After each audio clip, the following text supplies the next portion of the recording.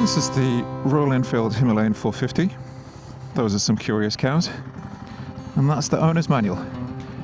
That's the August 2025 edition, which came with this bike. And it's always a good idea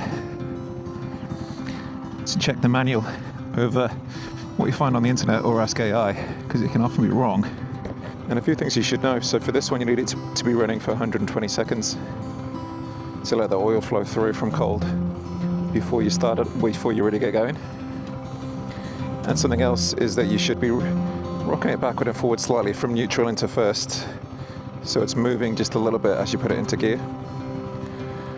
And then once you've got that all warmed up,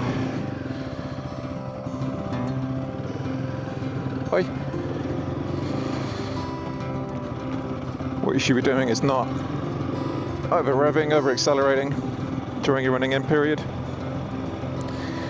and keeping it below 6,000 RPM. And that 6,000 RPM ceiling actually gives you a heap of room to play around and get through all those gears. So you can get right into sixth gear, which is important during that running in period, so you can actually embed in all the gears. And what you should be doing as well is varying the speed. So instead of staying at the same speed the whole time, you should be going up and down. It says 10%, obviously not 10% over the speed limit. And as long as you've got no cars behind you, you should be dropping down to a slower speed rather than staying constantly at the same speed. I mean, I don't know what the running in period says about driving on gravel, but... So with the 6,000 RPM ceiling, you can get comfortably onto the highway in New Zealand, so you can be doing 100 kilometers an hour. And you'll only be doing sort of maybe 5,000 revs or so. But just, you don't want to be going 100 kilometers an hour for a period of time. You need to be still adjusting your speed as you go. And you don't want to be in, like I've just done, a high gear and a low speed, because that's putting way too much stress on the engine. Which, if you were trying to stick to the old 411's limit, which I think was 4,000 RPM, you don't really get a chance to get through all the gears. And if you did try to, you'd be putting too much stress on the engine, trying to be under 4,000 RPM and in fifth and sixth gear. It's overworking the engine.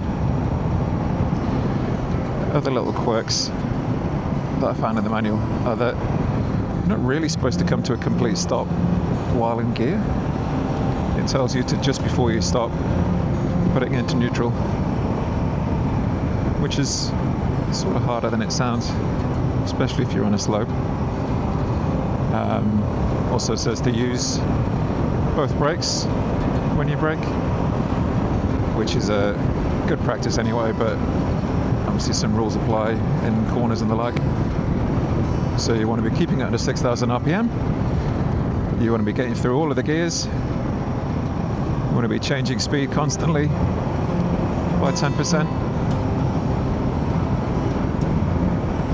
And you want to be letting the bike have 120 seconds when you first turn it on from cold. Let's get the oil flowing through.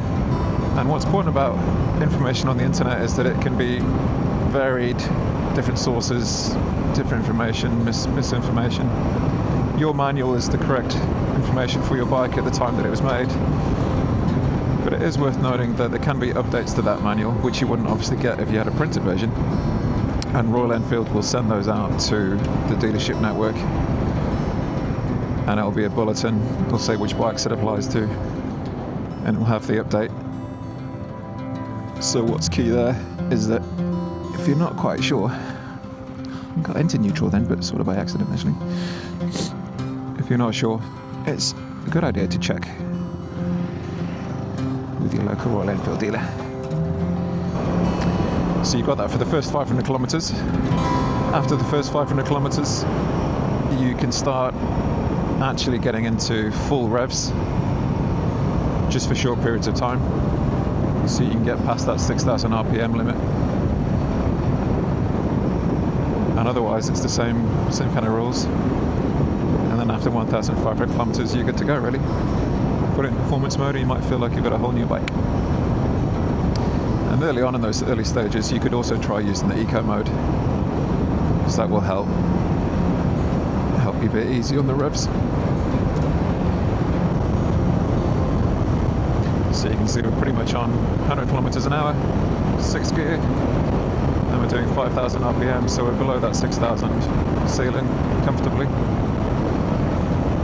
Getting over that, over revving it. So noting that at 500 kilometers you want to be taking it in for its first service, and they'll take out the I believe it's a thinner oil and replacing it with the regular oil, and then you're good till 5,000 kilometers. That'll be when your next service is.